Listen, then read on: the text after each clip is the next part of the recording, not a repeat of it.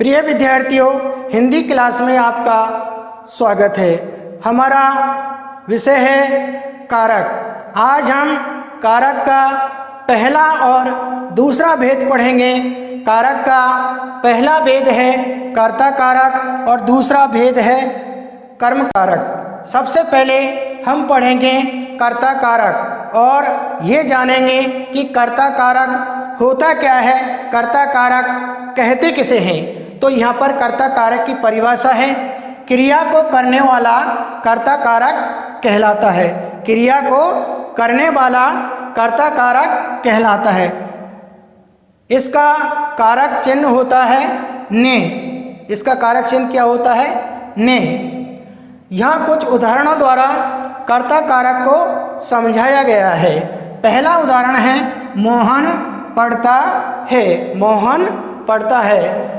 तो ये पढ़ने की क्रिया है, ये किसके द्वारा की जा रही है? हमने परिभाषा में पढ़ा था, क्रिया को करने वाला क्या कहलाता है? कर्ता कारक कहलाता है।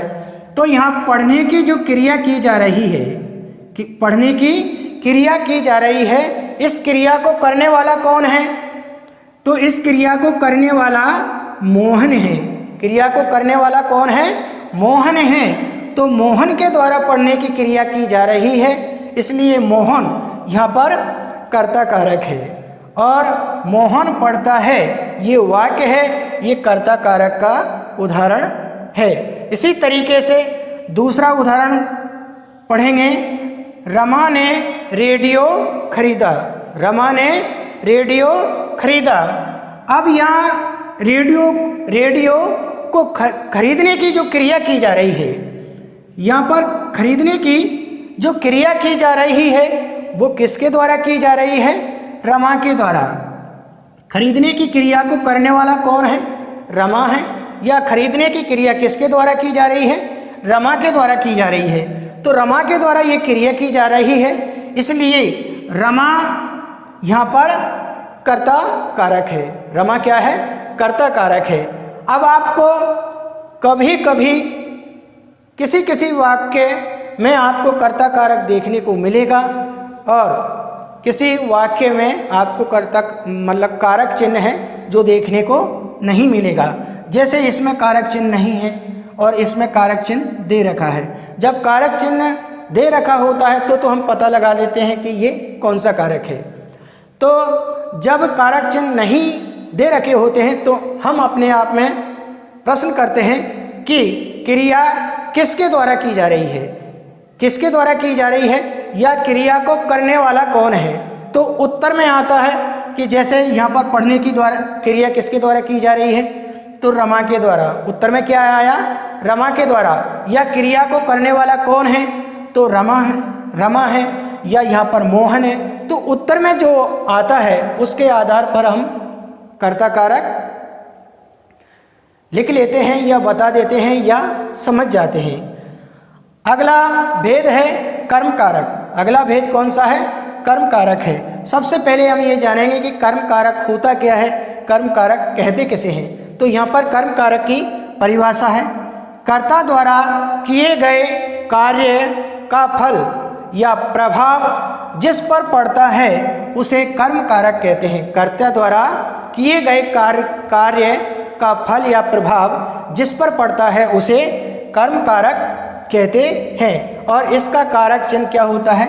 इसका कारक चिन्ह होता है को। कर्म कारक का कारक चिन्ह होता है को। यहाँ कुछ उदाहरणों द्वारा कर्म कारक को समझाया गया है। जैसे पहला उदाहरण है, पिताजी ने बेटे को पीटा। पिताजी ने बेटे को पीटा। तो यहाँ पर पीटने की क्रिया है, किसके द्वारा की जा रही है? पिताजी के द्वारा की जा रही है। और पीटने की क्रिया जो पिताजी के द्वारा की जा रही है, पिताजी यहाँ पर कर्ता है। पिताजी यहाँ पर क्या है? कर्ता है। तो कर्ता के द्वारा जो पीटने की क्रिया की जा रही है उसका प्रभाव किसके ऊपर पड़ रहा है? इस बेटे के ऊपर। दर्द किसको हो रहा है? बेटे को हो रहा है।